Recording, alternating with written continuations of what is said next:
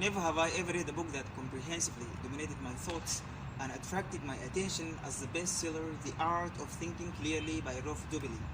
However, this video today is neither about books nor should it be about reading.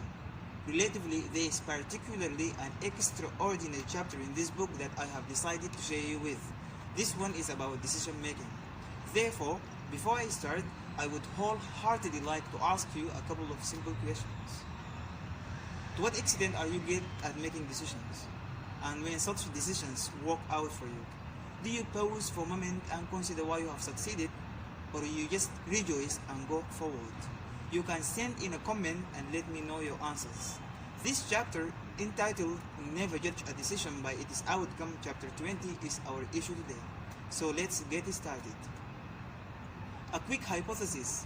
Say 1 million monkeys speculate on the stock market. They buy and sell stocks like crazy, and of course, completely at random. What happens? After 1 week, about half of the monkeys will have made a profit, and the other half a loss. The ones that made a profit can stay. The ones that made a loss, you send home.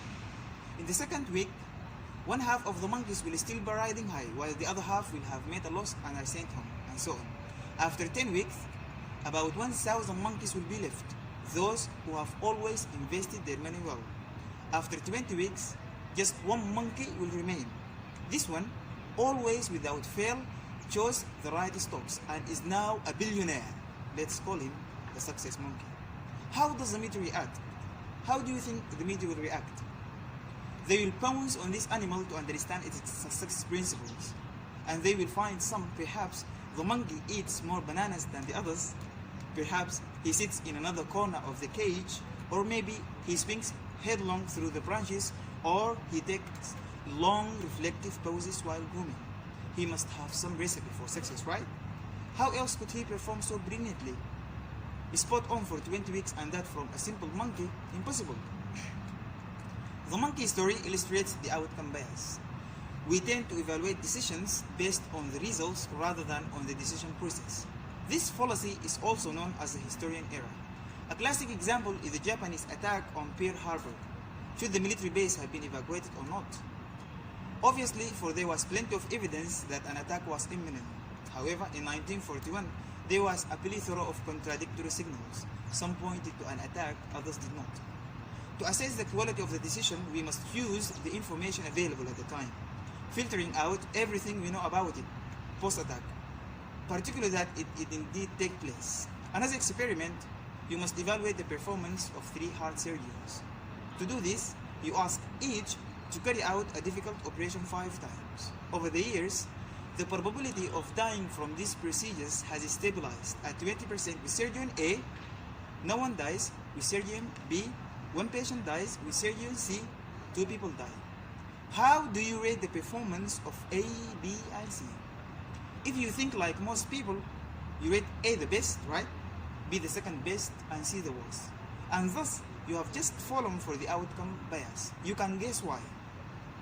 The samples are too small, rendering the results meaningless. You can only really judge a surgeon if you know something about the field and then carefully monitor the preparation and execution of the operation. In other words, you assess the process and not the result. Alternatively, you could employ a larger sample if you have enough patients who need this particular operation, 100 or 1,000 operations. For now, it is enough to know that with an average surgeon, there is a 33% chance that no one will die, a 41% chance that 1 person will die, and a 20% chance that 2 people will die. That's a simple probability calculation. What stands out, there is no huge difference between 0 death and 2 death. To assess the 3 surgeons purely on the basis of the outcomes would be not only negligent, but also unethical. In conclusion, never judge a decision purely by its result, especially when randomness or external factors play a role. A bad result does not automatically indicate a bad decision, and vice versa. So rather than tearing your hair out about a wrong decision or applauding yourself for one that may have only coincidentally led to success, remember why you chose what you did. Then you would do well to stick with that method even if you didn't strike lucky that time. Hello again. It has been really pleasure that I share you with this video. I do really recommend you to read this great book, The Art of Thinking Clearly by Rolf Dobelli. If you like the video, please like and subscribe, and don't forget to strike the bell button for more videos to come soon.